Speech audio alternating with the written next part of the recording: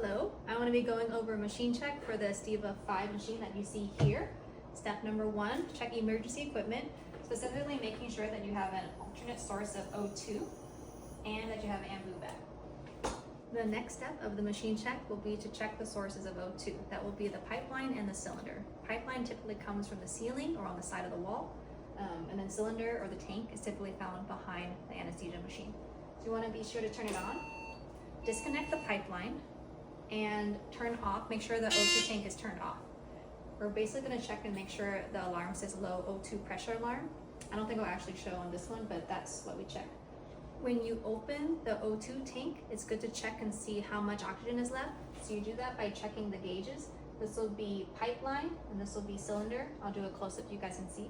But oxygen you want to make sure at least half full, which will be about 1,000 psi. Next we'll check the fail-safe valve. So go ahead and turn the oxygen and the nitrous oxide to 5 liters a minute. And then you're going to go in the back and turn off the O2 tank. When that happens, you should see basically the nitrous oxide gradually deplete, as well as the oxygen. Reconnect the pipeline supply, and you should be able to see the pressure gauges being about 50 psi. Next, you want to check the source of the gas, which is the vaporizers. We only have SIVO attached here, but obviously you want to make sure that it is full, where it should be here to the line. The cap should be tightened. See here it's loose. You want to be able to make sure that's tight because that can be a leak. And then obviously just making sure you're able to dial the knob. Typically, if you have 2 vaporizers next to each other, there's something called an interlock system where it does not allow you to open both vaporizers at the same time. So you're not going to accidentally give like a mix of SIVO and ISO or SIVO and DES. So that's a safety mechanism. I think if I turn this, you see that right here, when I turn it on, that's part of the interlock system that you can see. Right, so this is what a suction bulb looks like. Before you use it for the suction bulb test, you want to make sure it actually works. And so go ahead and occlude this end with your finger and then deflate. And if the suction bulb is working, it should actually stay deflated like this for at least 10 seconds. You would attach the suction bulb here and then be sure to turn the switch to be able to open up the common gas outlet, and then be sure to deflate the suction bulb. When you first turn on the vaporizer, it's gonna reinflate the suction bulb, and that's normal, as you can see. Just go ahead and deflate it again, and then make sure it stays deflated for at least 10 seconds. And do this with each vaporizer. When you're done with the suction bulb test, go ahead and disconnect and flip the switch. So next, going from right to left on the machine, we're gonna check the flow meters. We wanna try and turn up each, the air, the nitrous oxide, and the oxygen all the way to the top, make sure it works well. So we'll just start with air. It's maintaining, it looks good. Everything is spinning well.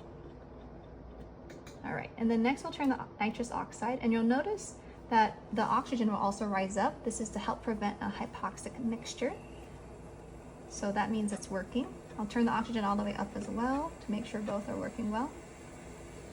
Okay, now when I turn the oxygen down, at some point the nitrous oxide will also naturally decrease as well, again to help prevent a hypoxic mixture. And then just make sure everything is turned off. Next, we're going to check the flow sensors. So typically you'll undo that, and there'll be a little bit of a knob right here that you'll push down and actually remove the whole module. So I'll show you guys how to do that. When you do that, there will be no expiratory flow and no inspiratory flow sensor alarm. Yay! All right, now just put that back up here. Just snap it back in place. All right, next in the same module, we're going to check the O2 sensor. So I'll just disconnect this here, that's the O2 sensor, expose it to room air. Then we'll come up here, and you have to press it hard, but you can push here, then get to setup, calibration, O2 sensor calibration, and then you're able to go ahead and start cal. While that's calibrating, you can actually check the scavenging system. There's an automatic and a manual scavenging system. With this machine, it's automatic. You'll see typically if it's working, that indicator should be in the green. After you check the scavenging system, you can also check to make sure the CO2 canister absorber is adequate. Make sure it's not looking purple, that they got both canisters on, and that it's attached well. When that calibration is done, make sure to reattach that O2 sensor, and you can close this. And next on the machine check, we want to make sure the bag mode actually works. So I'm occluding the Y piece right here with my thumb. You can also do it against a hand or against your own body. Close the APL valve to 70, and then you can hit the O2 flush to get the manometer to read 30 centimeters of water, and it should be staying there. If it's decreasing like it is now, it means that there is a leak in the system. This is called a leak check.